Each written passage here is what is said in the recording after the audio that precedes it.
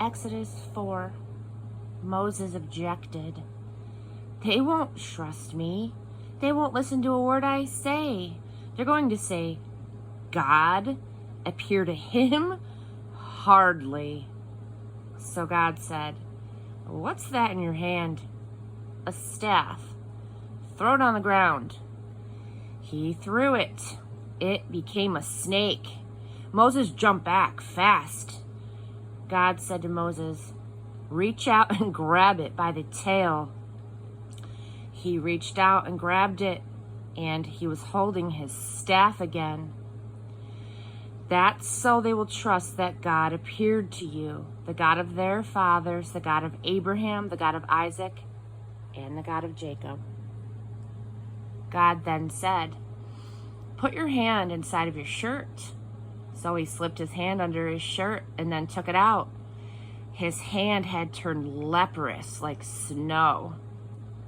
He said, put your hand back under your shirt. He did it and then took it back out, as healthy as before. So, if they don't trust you and aren't convinced by the first sign, the second sign should do it. But if it doesn't, even after these two signs, they don't trust you and listen to your message, take some water out of the Nile and pour it out onto the dry land. The Nile water that you pour out will turn to blood when it hits the ground. Moses raised another objection to God. Master, please, I don't talk well. I have never been good with words.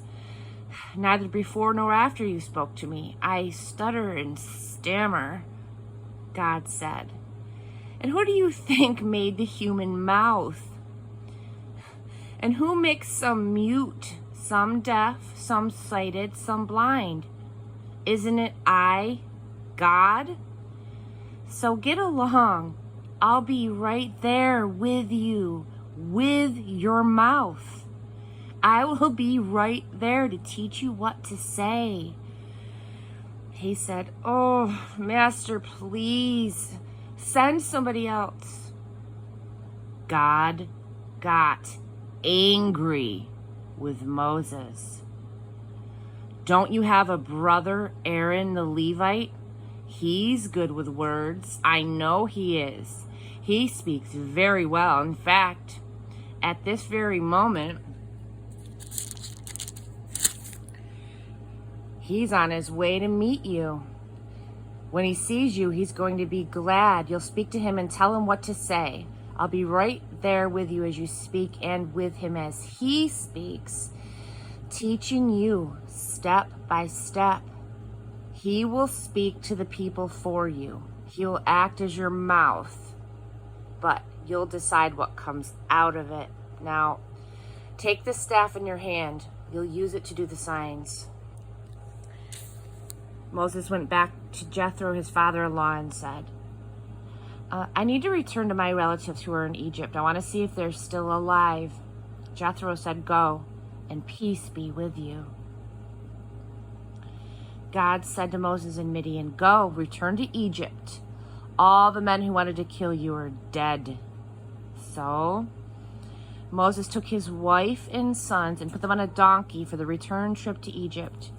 He had a firm grip on the staff of God. God said to Moses, when you get back to Egypt, be prepared. All of the wonders that I will do through you, you'll do before Pharaoh. But I will make him stubborn so that he will refuse to let the people go. Then you are to tell Pharaoh, God's message, Israel, my son, my firstborn, I told you, free my son so that he can serve me. But you refused to free him. So now I'm going to kill your son, your firstborn. On the way back, as they camped for the night, God met Moses and would have killed him. But Zipporah took a flint knife out and cut off her son's foreskin and touched Moses' member with it. She said, oh, you're a bridegroom of blood to me. Then God let him go. She used the phrase bridegroom of blood because of the circumcision. God spoke to Aaron. Go and meet Moses in the wilderness. He went and met him at the mountain of God and kissed him. Moses told Aaron the message that God had sent him to speak and that the wonders he had commanded him to do. So Moses and Aaron proceeded to round up all of the leaders of Israel.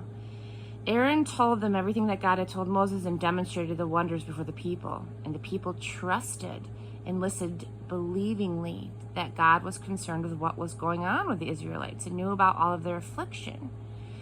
They bowed low and they worshiped.